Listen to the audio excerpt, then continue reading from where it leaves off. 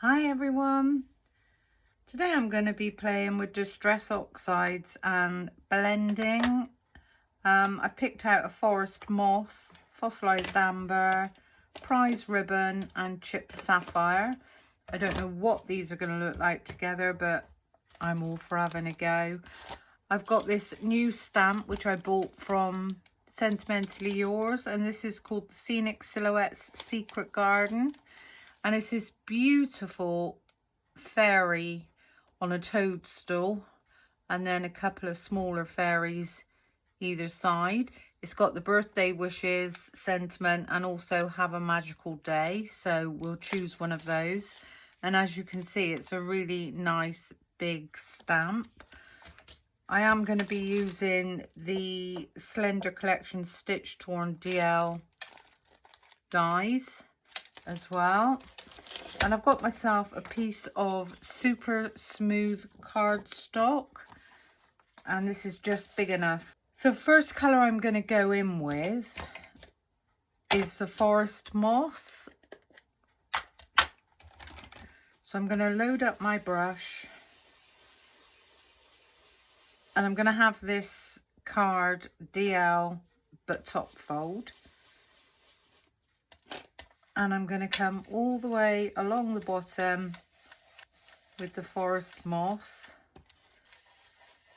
I'm not worrying too much about blending at this stage. Just want to get some colour down to make that look like the grass.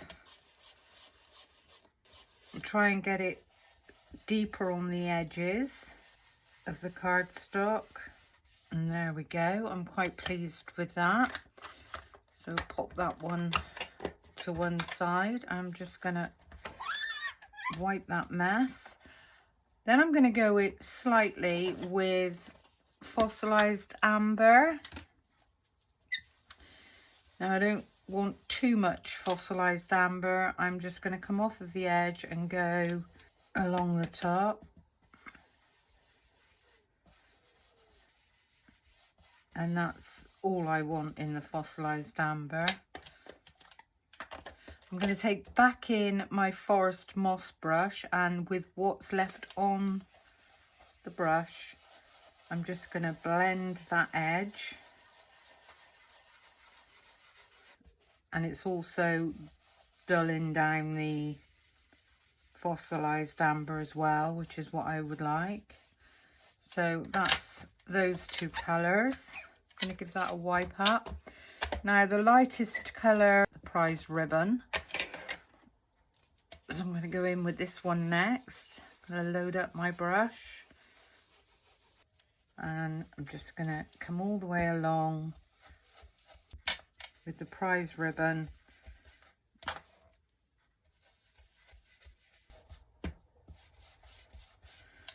And then I'm going to take in the fossilized amber brush, and I'm going to blend those two edges together. And then you get a slightly green tinge. I am going to take it a tiny bit more. There we go, that's better.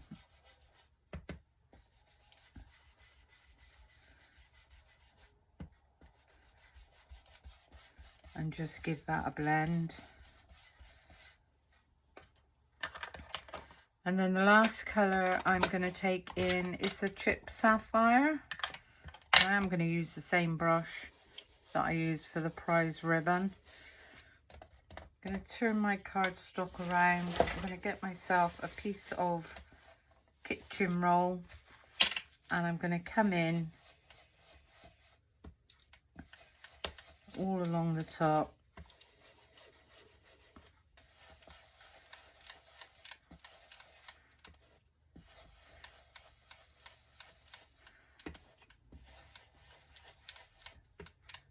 Just keep going over, building up this colour.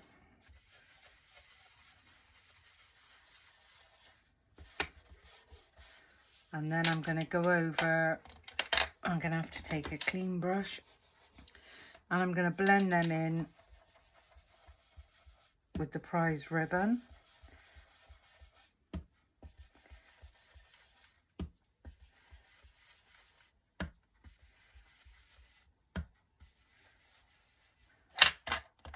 And I just want to pop a tiny bit more up in this corner, although I will be cutting this down. So there we go. So there's our background piece. Let's pop our lids back on. Pop our brushes away and just give this a wipe down. Now what I'm going to do with my image is give this a spray with water, and I'm going to really spray that because I want it all to be covered. I don't want little droplets or big droplets.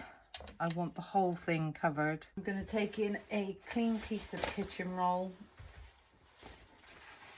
and I'm just going to rub that over the top. And this is what I've ended up with. So it's very faint, very mystical. I didn't want it to be bright. Now you could leave that to dry naturally or dry this off with your heat tool. So I'm just going to dry this off.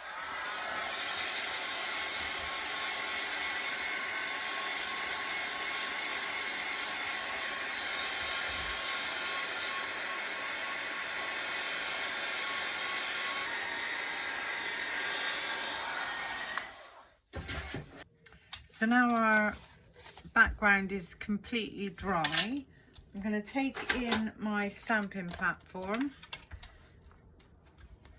and I'm going to lay this on my platform, on my sticky mat, and taking in my image, I'm going to lay this right along the bottom. And this piece of cardstock is slightly longer than the stamp. That's absolutely fine. I'm going to pick this up and I'm going to ink this up. I'm going to use the Versamark for this. So I'm going to ink up my stamp with the Versamark clear embossing ink. And I might need to go in more than once with this, but we'll have a look.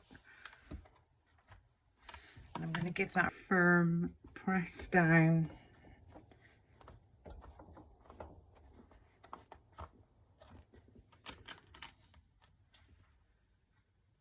And that looks to me like it's done perfectly.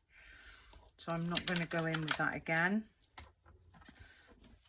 I'm just going to pop this to one side a minute. I'm going to take in a piece of copy paper and I'm going to take in my black embossing powder and I'm just going to pour this all over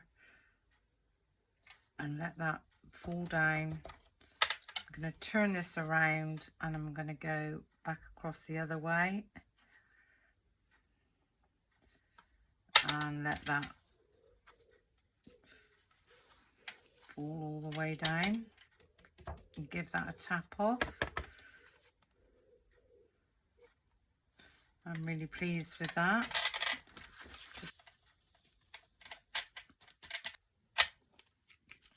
And then I'm going to heat this up with the heat gun. So for heat embossing, you need your heat gun to be on number 2. So I'm going to do that now. And I'm going to start from the back. And it's just something that I've always done. No rhyme nor reason for it. I just find if I heat my cardstock up from the back and then change to the front, it goes really quickly. I don't know if you can see this turning really quickly. Just follow it along. You pop that down, turn that around, and there we go again. And I just think there's less chance of burning your cardstock.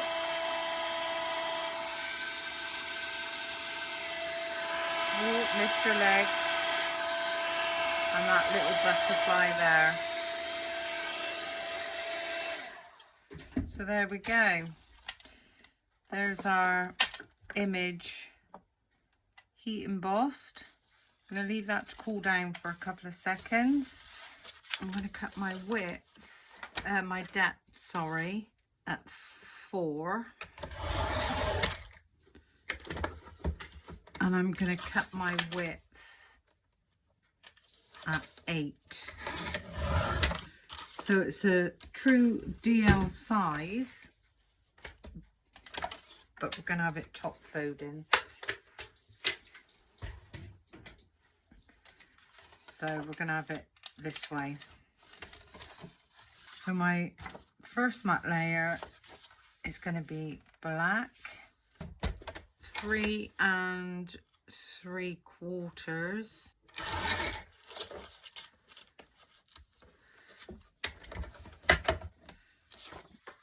by 7 3/4. So that's going to be our black matte layer. This is 4 1/4. So if I take off a 1/4 of an inch off of the bottom, rotate that, and take the 1/2 inch off of the top, that's going to half,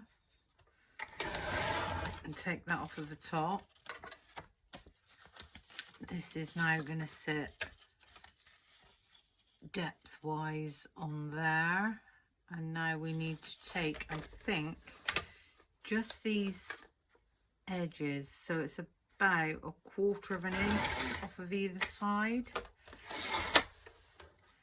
And we'll see what that looks like.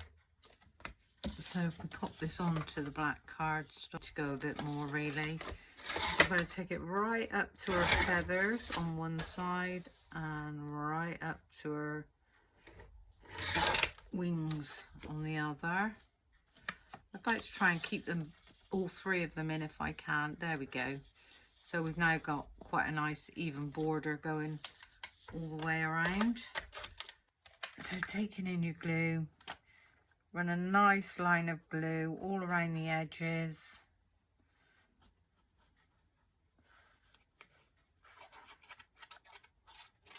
And through the middle. Line that up. Get that nice and straight, firm press down. So using the second die down in the torn edged DL dies, I cut myself out a frame, and this frame is just the right size to give me a really tiny minute border on my card. So I'm just going to run a tiny bit of glue all the way around this edge, so I don't want it to go onto my image. And then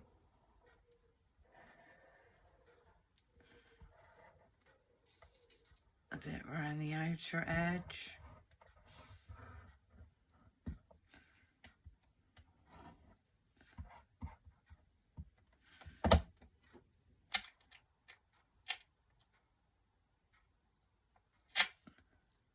Perfect.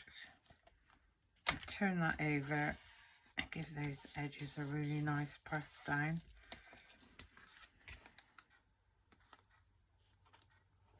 and then when we turn this over we can glue up the whole thing all around the edges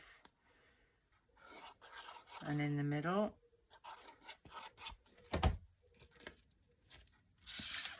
And if you take in your card, and I know this is going to be absolutely minimal, so I'm going to go minimal top, bottom. I'm going to let that fall slightly. I am going to pick this one up and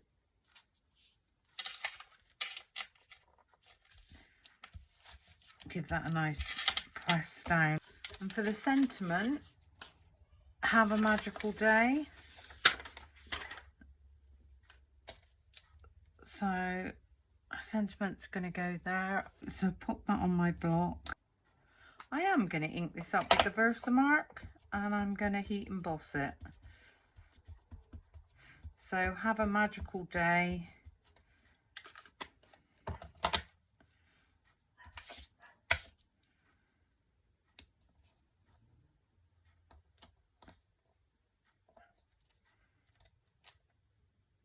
That looks pretty good. I'm going to take in my piece of copy paper.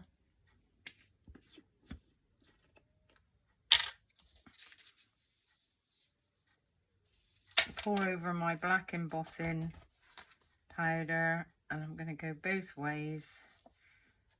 Give that a good tap off. You can always give it a good flick from the back. There you go, that looks pretty good. I don't always use my anti-static bag. I should, but I forget.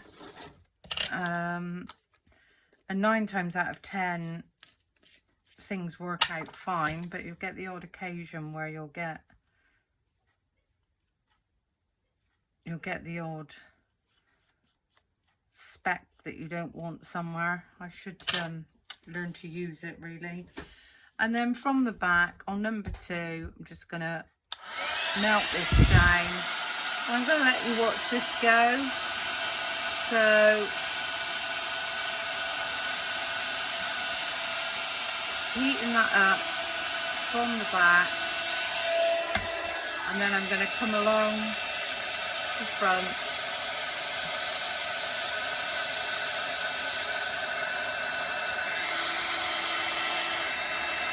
and there we go, we're starting to move now.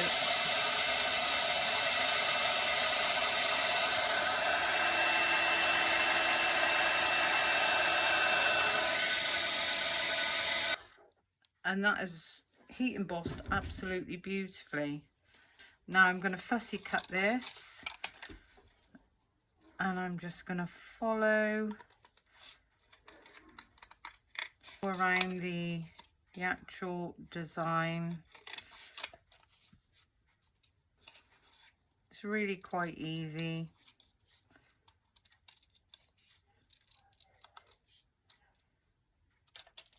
And there we've got our sentiment. And I think I will back this onto a tiny bit of black cardstock if I've got any left. Yeah. So there we go. I'm just going to glue this down, give that a press down, and then second time round it's easier because you just follow in your previously cut. And I'm going to put this on foam tape. Take a strip of foam tape and run that around the middle. That needs to be curved a little bit. Give that a nice burnish. Remove the backing. And this is going to go just there.